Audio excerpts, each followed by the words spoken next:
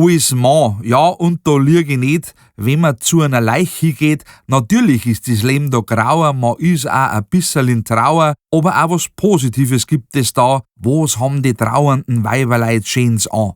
Das schwarze Kleidel, das fast hauteng sitzt, von der 25-jährigen Nichte seitlich bis zur Hüfte aufgeschlitzt, oder der schwarze Hut auf ihrem Kopf zeigt grad ein bisschen was von ihrem blonden Zopf.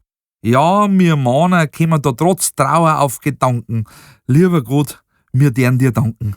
Auch die Tochter mit 35 Jahren mit ihren langen, fülligen Haaren, die über den dunklen Hosenanzug wallen, da tut mir das Trauern wirklich nicht leicht fallen.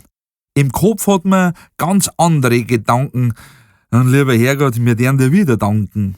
Und während man sich eben sehende Gedanken macht, merkt man, wie der Pfarrer einen bösen Blick hermacht. Weil er hat's wohl checkt, was ich so denk, obwohl, das finde ich ziemlich kling, denn das gleiche Gasgschau wie ich, das hat der auch, anscheinend er auch an nix anderes denken kann. Die Witwe übrigens hat das auch gleich gesehen. Ab da bin ich jetzt auf derer Listen gewesen. Geile Böcke steht auf derer Listen als Überschrift ganz Der Pfarrer, ich selber und 30 andere Männer stehen da schon drum. Die Listen hängt jetzt im Pfarrheimer, jeder kann's lesen, drum bin ich seit 3 Jahren auf keiner Leiche mehr gewesen. Die Witwe hat's uns aufgezeigt, unsere Schranken. Herrgott, dafür tu ich dir nicht danken.